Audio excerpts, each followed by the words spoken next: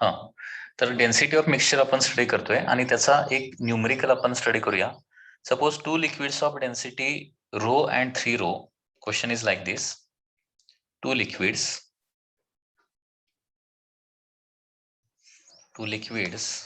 of density, 2 liquids of density rho and 3 rho, 3 rho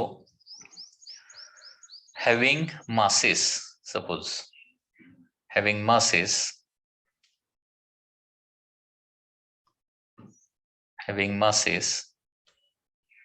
2m and m are mixed together,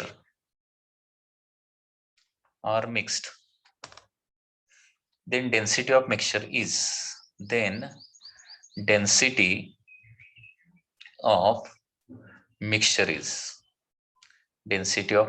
is okay. बघा density of mixture कसं येणार आहे, density is nothing but total mass divided by total volume. हाच basic formula तुम्हाला लक्षात ठेवायचा आहे, total mass divided by total volume.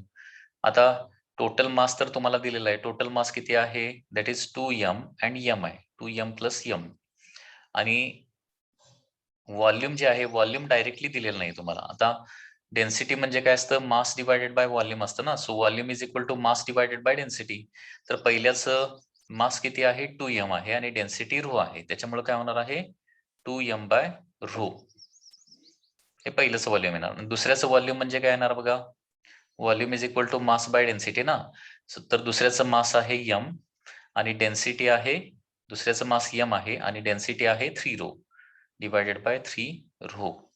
आता हे आपल्याला सॉल्व्ह करावं लागेल. सो न्यूमरेटरला येणार आहे 3m, डिनॉमिनेटरला m बाय रो जर कॉमन काढलं, m बाय रो, तर ब्रॅकेट मध्ये काय राहणार आहे, that is 2 plus 1 by 3, 2 plus 1 by 3. Okay, so here m and m get cancel, rho न्यूमरेटरला जाणार, 3 rho divided by 2 plus 2 by 3 म्हणजे काय होणार आहे, 7 बाय 3 होणार आहे. सो 3 पण न्यूमरेटरला जाईल. So 3 into 3 that is 9 rho divided by 7. So this will be the density of the mixture. लक्षात आलं? So density of mixture is calculated by using this formula. ठीक आहे, म्हणजे फर्स्ट आपण काय दिलं, मास आणि व्हॉल्यूम दिलेला असेल तर directly total mass divided by total volume करणार. मास आणि डेन्सिटीची इन्फॉर्मेशन दिलेली असेल तर काय होणार, न्यूमरेटरला as it is total mass येणार आणि डिनॉमिनेटरला मात्र काय येणार, व्हॉल्यूम तुम्हाला रिप्लेस करावं लागेल. आता याच्यामध्ये तिसरी केस डेन्सिटीची, डेन्सिटी ऑफ मिक्सचरची तिसरी केस. ओके, आता याच्यामध्ये समजा काय केलेलं असेल, दोन्ही सबस्टन्स आपल्याला काय दिलेलं असेल, डेन्सिटी आणि व्हॉल्यूम दिलेला असेल. Okay, if density and volume are given, तर फॉर्म्युला काय होणार बघा, density of mixture is equal to, density आणि व्हॉल्यूम म्हणजे काय येणार, डिनॉमिनेटर तुम्हाला दिलाय. सो डिनॉमिनेटर ऍज इट येणार V1 प्लस V2, परंतु मास दिलेला नाही तुम्हाला. आता density is equal to mass by volume ना. So mass is equal to काय येणार, डेन्सिटी इंटू व्हॉल्यूम येणार आहे. म्हणजे डेन्सिटी आणि व्हॉल्यूमची इन्फॉर्मेशन दिलेली असेल, डेन्सिटी आणि व्हॉल्यूम, तर denominator as it is V1 plus V2 येणार आणि न्यूमरेटरला काय येणार आहे, ρ1 V1 प्लस काय येणार आहे, ρ2 V2 येणार आहे. आणि याच्यामध्ये स्पेशल केस काय होऊ शकते, इफ दोन्ही जे काही लिक्विड किंवा सबस्टन्स आपण मिक्स करणार आहे त्यांचं व्हॉल्यूम जर सेम असेल, व्हॉल्यूम सेम असेल तर डेन्सिटी ऑफ मिक्सचरचा फॉर्म्युला काय होणार बघा, that is ρ1 φ plus ρ2 φ divided by φ plus φ that is 2 φ. म्हणजे काय येणार आहे, ρ1 प्लस ρ2 डिवायडेड बाय 2 येणार आहे. हे फक्त दोन लिक्विड्स किंवा दोन सबस्टन्स झाले, सबस्टन्स साठी झालं. तर सेम व्हॉल्यूमचे अनेक लिक्विड जर मिक्स केले तर फॉर्म्युला काय होणार मग, ρ1 प्लस ρ2 प्लस ρ3 डिवायडेड बाय काय होणार आहे, 3 होणार आहे. ओके, लक्षात आलं? तर याचा एक क्वेश्चन आपण बघूया पुन्हा एकदा. Question is like this, two liquids of densities ρ1 and densities, two liquids of density 2 rho and 3 rho, two liquids of densities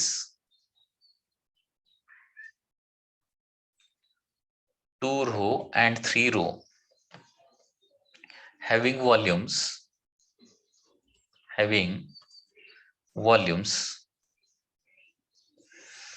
volumes that is 3 phi and phi.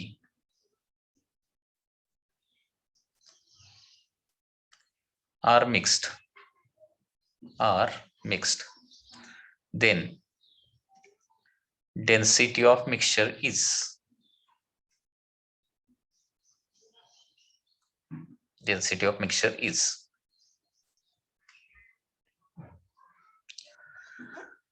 okay. So here for density of mixture is equal to okay. पुन्हा एकदा बघा general formula तुम्हाला लक्षात ठेवायचा आहे आणि त्याच्यामध्ये जी replacement करावी लागते ती रिप्लेसमेंट करायची आहे. So density of mixture is total mass divided by total volume. आता गिवन इन्फॉर्मेशन मध्ये डायरेक्टली तुम्हाला काय दिले, व्हॉल्यूम दिले. Volume is 3 plus fee.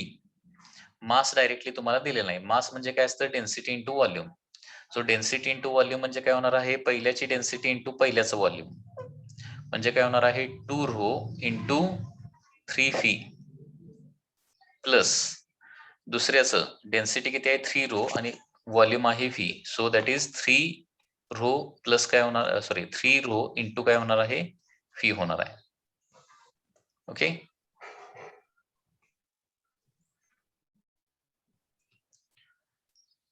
त्याच्यामुळे काय होणार आहे इथं बघा, न्यूमरेटरला 3 into 2 that is 6 rho phi plus 3 rho phi divided by 4 fee.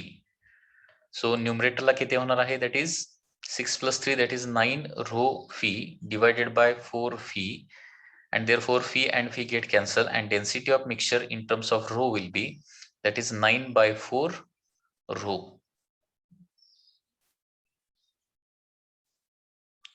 9 by 4 row येणार आहे.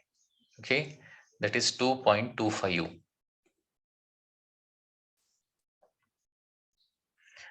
तर या पद्धतीने काही सिंपल प्रॉब्लेम असतात डेन्सिटी ऑफ मिक्सचर काढायचे. सो डेन्सिटी ऑफ मिक्सचर सगळ्यांना काढता येईल का, याच्यामध्ये काही डाऊट आहे का बघा. Density of mixture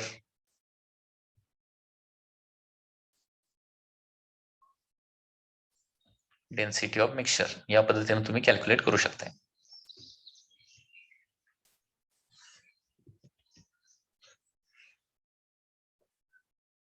okay.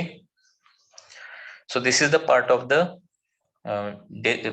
आपण कुठली केस स्टडी केलेली आहे, डेन्सिटी ऑफ मिक्सचरची केस स्टडी केलेली आहे. आता याच्यानंतर effect of temperature on density बघायचं आहे. इफेक्ट ऑफ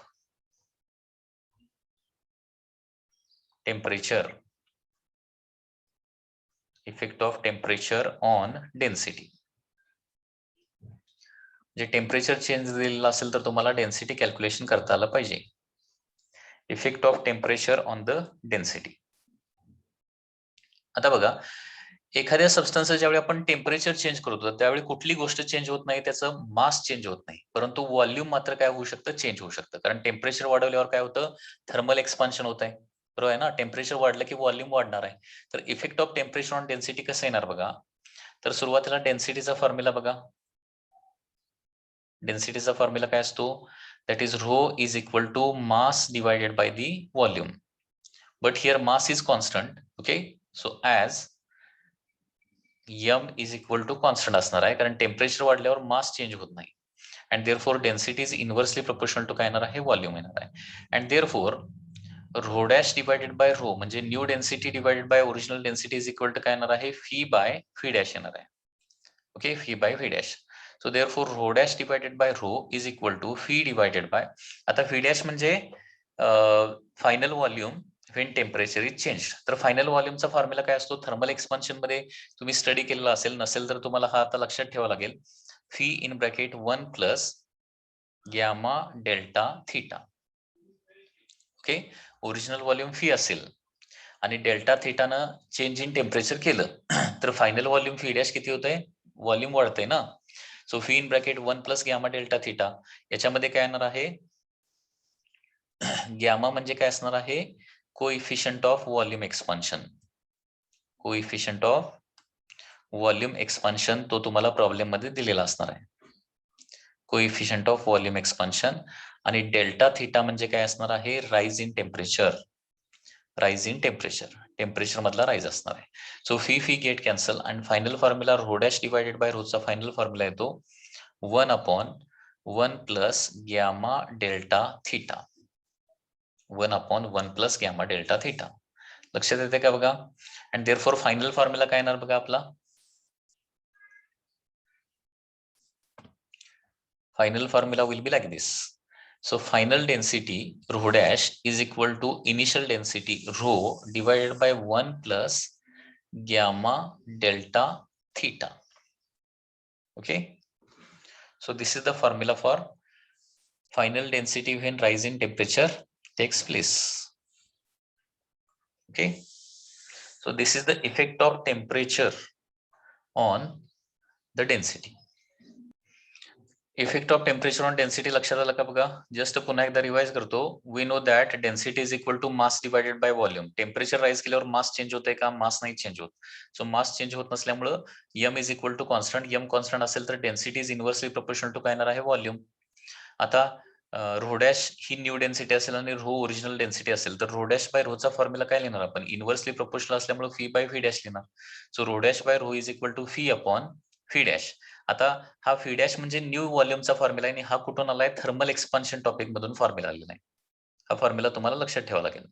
थर्मल एक्सपान्शन वरून फायनल व्हॉल्यूमचा फॉर्म्युला काय असतो. Original volume in bracket 1 plus gamma delta theta. Okay. So hair gamma म्हणजे काय कोइफिशियंट ऑफ व्हॉल्यूम एक्सपान्शन असतं आणि डेल्टा थिटा म्हणजे काय असतं rise in temperature. So rho dash by rho is equal to काय येणार आहे 1 upon 1 plus gamma delta theta.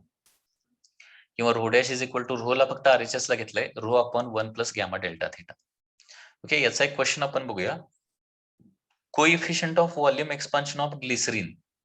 बघा काय म्हटलंय. Coefficient of volume expansion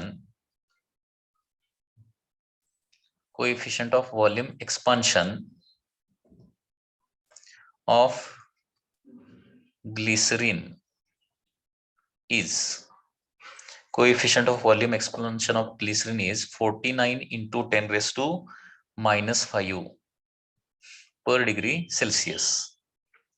What is fractional change in density? What is fractional change in density? Fractional change in density काढायला सांगितलंय. For a 30 degree rise in temperature. For a 30 degree rise in temperature.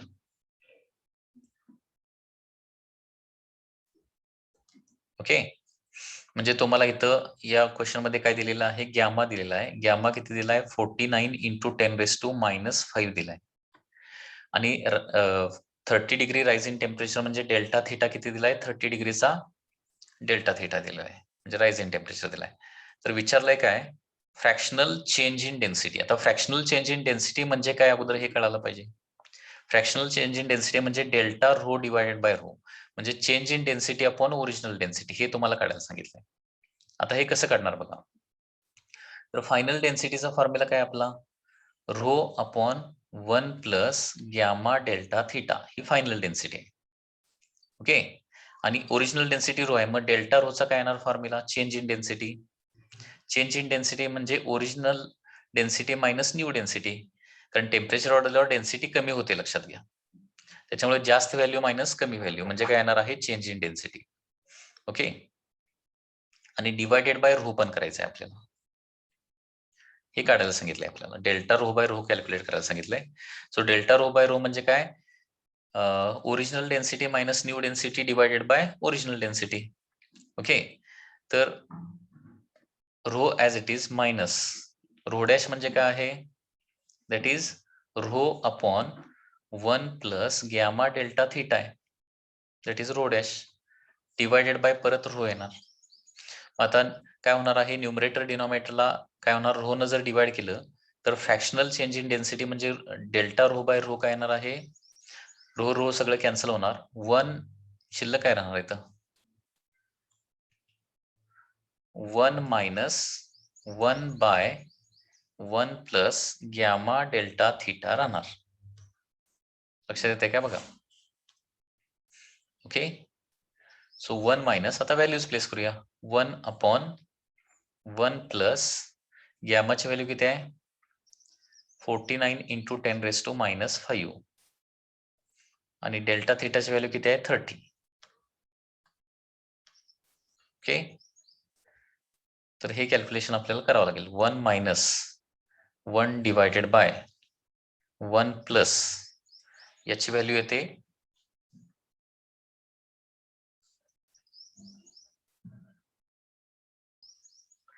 याची value आहे 0.0147 येते. 49 into 30 into 10 raised to minus 5 value. So it is equal to 1 minus 1 upon 1.0147. 1 मध्ये add केलं ते. Okay. So this is equal to delta rho by rho, that is fractional change in density, is equal to काय होणार, आता cross multiplication केलं तर 1.0147 minus 1 divided by 1.0147. So that is 0.0147 divided by 1.0147. Okay. आणि ही value परत calculate केली तर किती येणार बघा, 0.0147 divided by 1.0147. आन्सर येतं 0.0145. This is the fractional change in density येणार आहे. ओके, तर या पद्धतीचा क्वेश्चन जो आहे तो इथं असू शकतो 0.0145.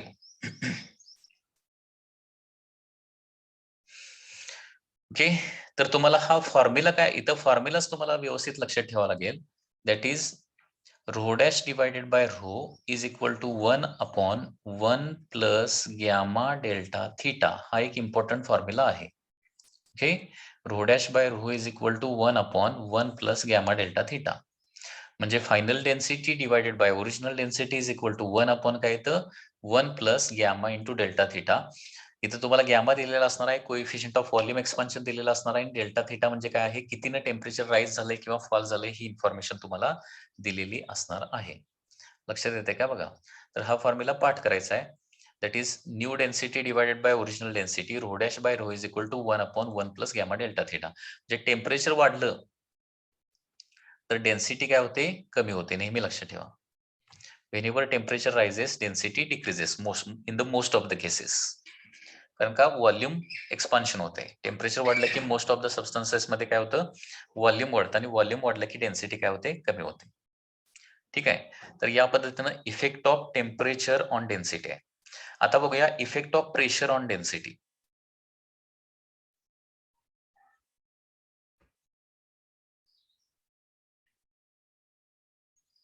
Effect of pressure on density.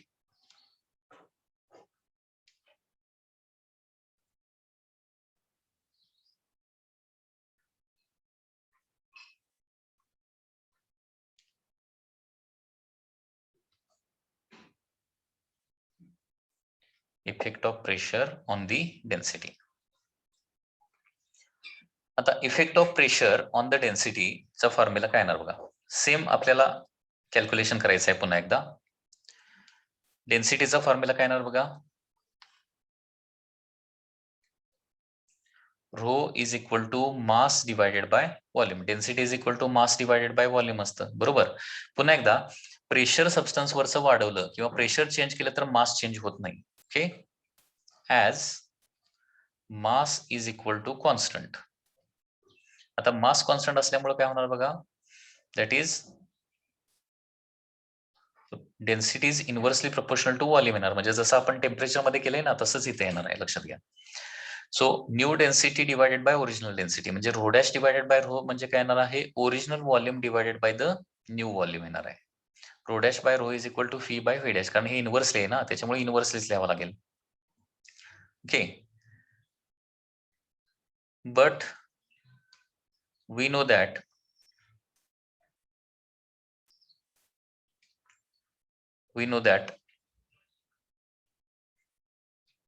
Bulk modulus हा आता इलॅस्टिसिटी मधला पार्ट आहे. इलॅस्टिसिटी मध्ये तुम्ही स्टडी केला असेल, बट बल्क मॉड्युलस के म्हणजे काय असतं, फी डीपी बाय डीफी असतं. V dP by dV. So याच्यामध्ये चेंज इन व्हॉल्यूमचा फॉर्म्युला काय होणार आहे? DV is equal to change in volume, that is V into dP divided by K येणार आहे. This is the formula for change in volume. And therefore final volume V dash, final volume V dash, final volume V dash म्हणजे काय असणार आहे? Original volume minus, बरोबर आहे ना, original volume minus काय असणार आहे? Change in volume. कारण प्रेशर वाढवलं की कुठलाही सबस्टन्स काय होतो? कॉम्प्रेस होतो. काय काय लक्षात येते का? बघा पुन्हा एकदा बघा. बल्क मॉड्युलस हा इलॅस्टिसिटी टॉपिक मधून फॉर्म्युला आलेला आहे बल्क मॉड्युलसचा. बल्क मॉड्युलस के म्हणजे काय असतं? ओरिजिनल व्हॉल्यूम इंटू डीपी म्हणजे applied pressure, change in volume divided by sorry dP म्हणजे change in pressure divided by change in volume. Okay, हा इलॅस्टिसिटी टॉपिक मधून आलेला फॉर्म्युला आहे. K is equal to V dP by dV. So dV म्हणजे change in व्हॉल्यूमचा formula काय येणार आहे? ओरिजिनल व्हॉल्यूम इंटू डीपी म्हणजे change in pressure divided by bulk modulus. Okay, हे चेंज इन व्हॉल्यूम आलं. मग फायनल व्हॉल्यूम फी डॅश कसं काढणार आहे? तर फायनल व्हॉल्यूम म्हणजे original volume minus change in volume. मायनसच का केलं? कारण प्रेशर वाढवलं की सबस्टन्सेस काय होतात? कॉम्प्रेस होतात. म्हणजे कॉम्प्रेस झाल्यामुळे काय होणार आहे? फायनल व्हॉल्यूम म्हणजे original volume minus change in volume येणार आहे. So final volume V dash is equal to V minus dV म्हणजे काय येणार आहे? V dP by K.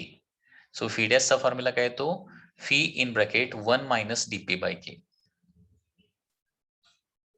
V dash is equal to V in bracket 1 minus DP by K. And therefore आता suppose this is equation 1, this is equation 2, किंवा इथं phi dash, phi by phi dash काढूया. Phi by phi dash काय येणार बघा इथं? Phi by phi dash is equal to 1 upon, okay, phi by phi dash इकडे येणार ना, 1 मायनस डीपी बाय के येणार. So suppose this is equation 2. आता इक्वेशन 1 काय? Rho by rho dash is equal to fee by phi dash, आणि phi by phi डॅशचा formula मिळाला. Okay, so from equation 1 and 2 काय होणार बघा? From equation 1 and 2, equation 1 and 2 वरून काय येणार आहे? Rho dash by rho is equal to fee by V डॅशच्या ठिकाणी 1 upon 1 minus DP by K असा फॉर्म्युला येणार आहे. 1 मायनस डीपी बाय के. लक्षात येत आहे? म्हणजे हे डेरिव्हेशन लक्षात ठेवता येते का बघा? ठेवता येत नसेल तर किमान हा फॉर्म्युला लक्षात राहिला पाहिजे तुमच्या. Rho dash by rho is equal to 1 upon 1 minus DP by K. म्हणजे टेम्परेचर आणि प्रेशरचा इफेक्ट डेन्सिटीवर काय होतोय? दोन्ही फॉर्म्युले पुन्हा एकदा लिहितोय. टेम्परेचरचा इफेक्ट काय असतो? Rho dash by rho is equal to 1 upon 1 plus gamma delta theta होतं. आणि इथं काय असणार आहे? Rho dash by rho is equal to 1 upon 1 minus DP by K. Okay, लक्षात आलं का बघा?